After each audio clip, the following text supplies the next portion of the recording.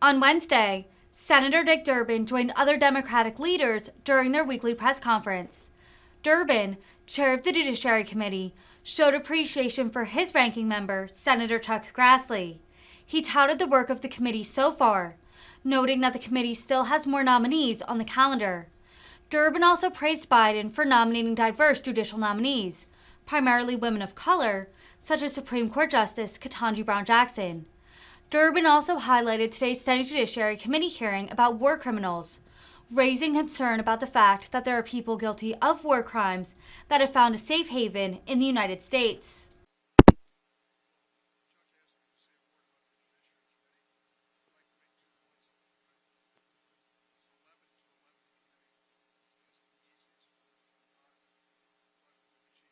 More than most ever expected. I want to first thank my Republican ranking member, Chuck Grassley. He's no pushover, and we don't always agree, but he's a forthright person whose word has been good to me, and I respect him for that. We've managed to make this committee work, and I'll point to a specific right after the first point I make. The first point I make is our major responsibility to make sure that we fill vacancies in the federal judiciary with appointments that will be able to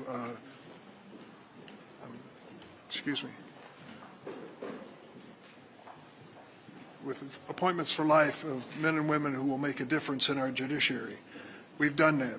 So far, we have cleared 83 federal judges on the floor of the United States Senate, thanks to Chuck Schumer and many of the staff who've worked extra hard to make that happen. Among those, of course, was the Supreme Court Justice Ketanji Brown Jackson. We have another 19 nominees on the calendar.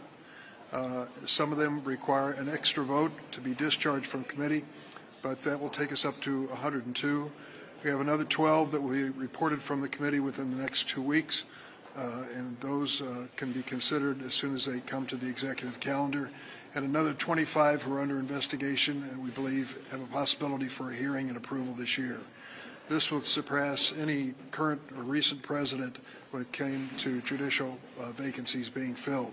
And the important thing is not only that these are quality nominees, they are going to bring diversity to the federal courts, the likes of which America has never seen. President Biden is committed to a diverse judiciary. If you watch the women, primarily women, who come through our committee, and particularly people of color, you'll know that they're going to make a big difference in the courts that they are going to be working in.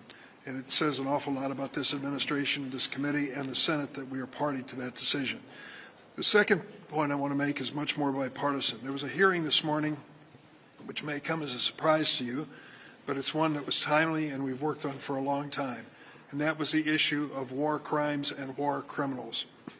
We've come to learn that there are people who are guilty of war crimes who find safe haven in the United States under the current law. We want to change that once and for all. We want to make it clear to war criminals around the world that the United States will never be a safe haven for them and they are subject to prosecution in this country. And I believe we can do that. In addition, we want to make sure that our jurisdiction when it comes to war crimes is extended by extending the statute of limitations. Many of these war crime trials take a long period of time to accumulate evidence. Why is that relevant? Because it's a message to Vladimir Putin that the massacres at Bucha and Izium will not be forgotten, and the people who did it will be held accountable all the way to the top of the Kremlin.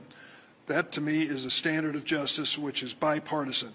The groups in the committee that are behind these two bills on war crimes include Senator Grassley and Senator Graham and others as well.